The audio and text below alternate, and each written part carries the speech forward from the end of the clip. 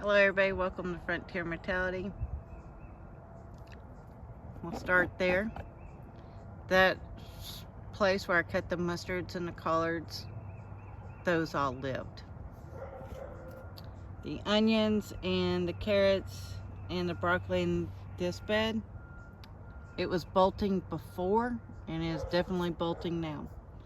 All the kale survived. The mustards over there died. The radishes are not radishes, turnips, some lived, some did not. And the broccoli in this bed over here is doing pretty well. We're pretty sure the cauliflower died before I decided to cover. This right here, I use dog cones of shame to protect my cabbage, and it's working amazingly. I did notice on my way home that certain little outbuildings were for sale, but who couldn't afford them, right? But if I could afford the I think it was an 8x12 or an 8x10 greenhouse, I would put it right there. I would have Bruce cut this tree here. It's an oak. And then this one with the limb going this way, I would cut it and it would live on the back side of the blueberry bushes. There's some privies down there. Somebody might be saying, well, what's a privy? Privy for in the South is your mama tells you to go cut a switch. It's that tree right there that the hickory switch was always a privy, but I don't know why they call it a hickory switch. The blackberries that grow down here, the tame ones are all doing well. The raspberries are behind it. They were doing well. You see the smoke coming out of the fireplace. It's finally catching back, so I'll have to eventually go in and shut that little door. I'm letting the dogs be outside for a little bit. It's 40 degrees. I know I told everybody that silver by the end of January would be over $100 an ounce. As of right now, it's $115 an ounce. So it went $15 over the 100. So tells you the American petrodollar is sinking or tanking.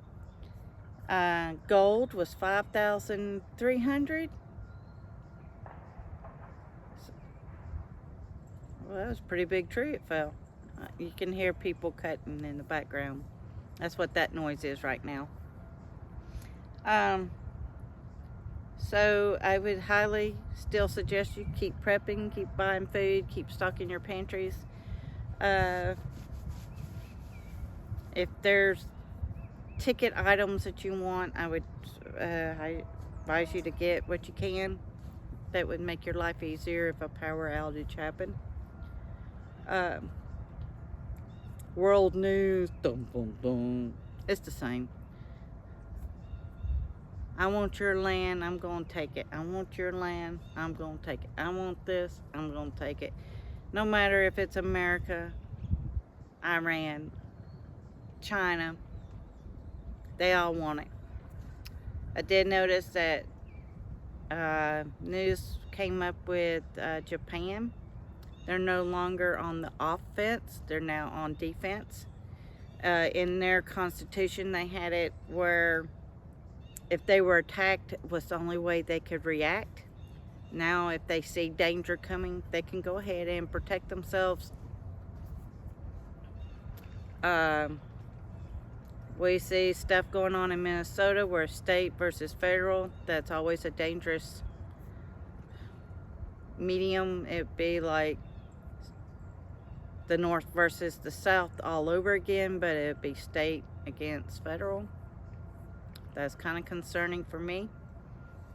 If you throw out the Constitution laws of America, because early on, the founders had a state They did the Constitution to protect the states from the federal, because they foresaw government getting too big for its britches, and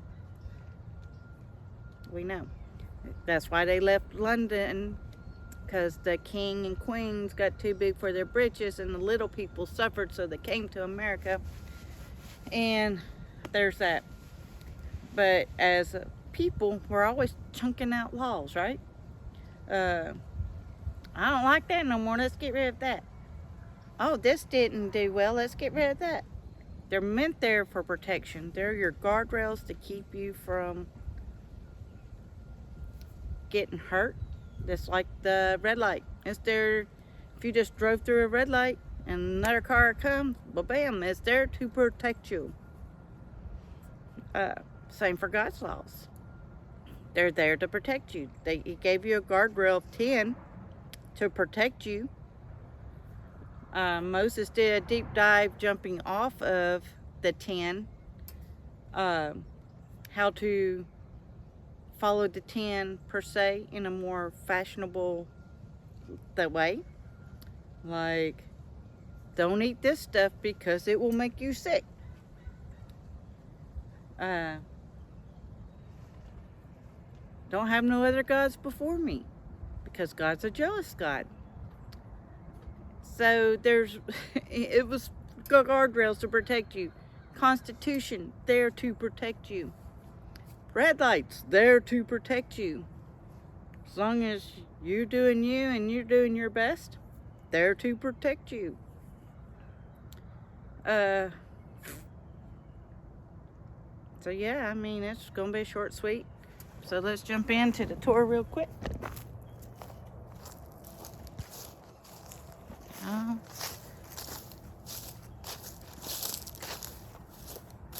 Growing your own food, there to protect you. You see all the crap they're putting in your food? The onions are beginning to stand back up. I did leave the sides open so they can have a little bit of chance to protect themselves and still get airflow. Look at the carrots, y'all. Doing great. See if I can pull this one tight enough. This broccoli here did bolt. This one is doing well. It's holding its own. Like I said, the kale did well. The mustards there died. I'm not worried about it because I cut the others back. But this here is the best kale. They're curly. To me, has the best flavor, right along with the Russian red.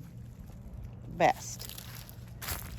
You can see here where some of the turnips died. Right where we at? Right there. Like I said, we planted way too much. And the experiment was, okay, we have 1, 2, 3, 4 that were not covered. They were always the wimpier of them. I was trying to save the bigger of them. So let's get on this side. Okay, push, down. So these cabbages here are looking really good.